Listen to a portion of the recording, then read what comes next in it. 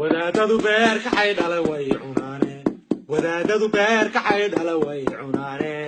ilaahay may ka yaabaano ina siiyaan sheekh faruuro muxuu waagu kuugu baryay duleeliyo meesha istaagtaba khayr kama dhacay maxaad raadinaysa dee waqti baad ii haysaa xabad qasir oo dhulka ka soo hela maslaha ku meheriye maanta ma gabadhan yar baad arasanaysaa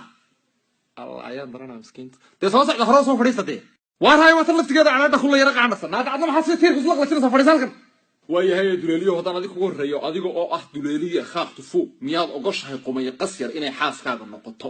oo inaadan miyaad diidi karaa qumayadan qaska yar linina sii badan baabanahay na in yar ii samir gurigii ma tegaynaaye na adigoo ah qumaya qasyar miyaad ogoshahay duleeliye khaaq tufuu inuu habeen iyo maalinna dhakaa saaro ku qabo na hadal hamadi kugodaya haadhe bas hadda aroos qaybtii hore way dhacday labada qacmood qabsada way idin ducaynayaay idaacada muusa markaad iga hor kacdaan gurigiina tagtaan sarrada dusheeda fadhiga dabadiisa meel walba kala dhacnaagta meel walba ka duleeli amiin ilaahu noo aqbal wa kulla shay wa kulla makaan waa kuu xalaal laba diyaaradood baad labada lugood u kala xidhi kartaa wax tareen leeg baad la dhex xaraari kartaa wa kulla shay waa kuu xalaal